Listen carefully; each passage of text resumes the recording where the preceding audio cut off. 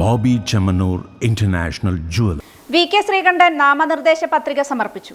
പാലക്കാട് ലോക്സഭാ മണ്ഡലം UDF സ്ഥാനാർത്ഥി VK Sreekandan നാമനിർദ്ദേശ പത്രിക സമർപ്പിച്ചു. വരണാധികാരി ജില്ലാ കളക്ടർ ഡോക്ടർ S ചിത്രയ്ക്കാണ് പത്രിക നൽകിയത്. 4 സെറ്റ് പത്രികകളാണ് സമർപ്പിച്ചത്. ഡെമ്മി സ്ഥാനാർത്ഥിയായി C ബാലനും പത്രിക നൽകി. DCC പ്രസിഡന്റ് A തങ്കപ്പൻ, മുൻ MP VS വിജയരാഘവൻ, UDF നേതാക്കളായ മരക്കാർ മാരായമംഗലം തുടങ്ങിയവരും ഒപ്പമുണ്ടായിരുന്നു.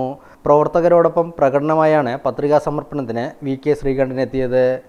ആര് പിന്തുണച്ചാലും സ്വീകരിക്കുമെന്നും കേന്ദ്ര സംസ്ഥാന സർക്കാരുകൾക്കെതിരായുള്ള വികാരമുള്ള എല്ലാവരും UDFനെ പിന്തുണയ്ക്കുമെന്നും പത്രികാ സമർപ്പണത്തിന് ശേഷം VK ശ്രീകണ്ഠൻ മാധ്യമങ്ങളോട് പറഞ്ഞു.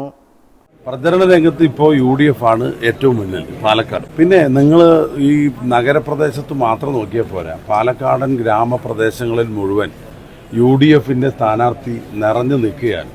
പ്രചരണ രംഗത്ത് ഒട്ടും മോശമല്ല.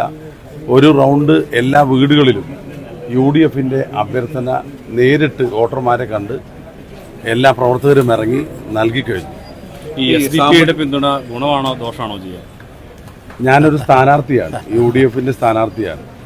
ആര് പിന്തുണച്ചാലും സ്വീകരിക്കും. ആരുടെയും പിന്തുണ അഭ്യർത്ഥിക്കാതെ തന്നെ നിരവധി രാഷ്ട്രീയ സഖ്യങ്ങളും ഇന്നത്തെ കേന്ദ്ര സംസ്ഥാന സർക്കാരുകൾക്കെതിരായ ശക്തമായ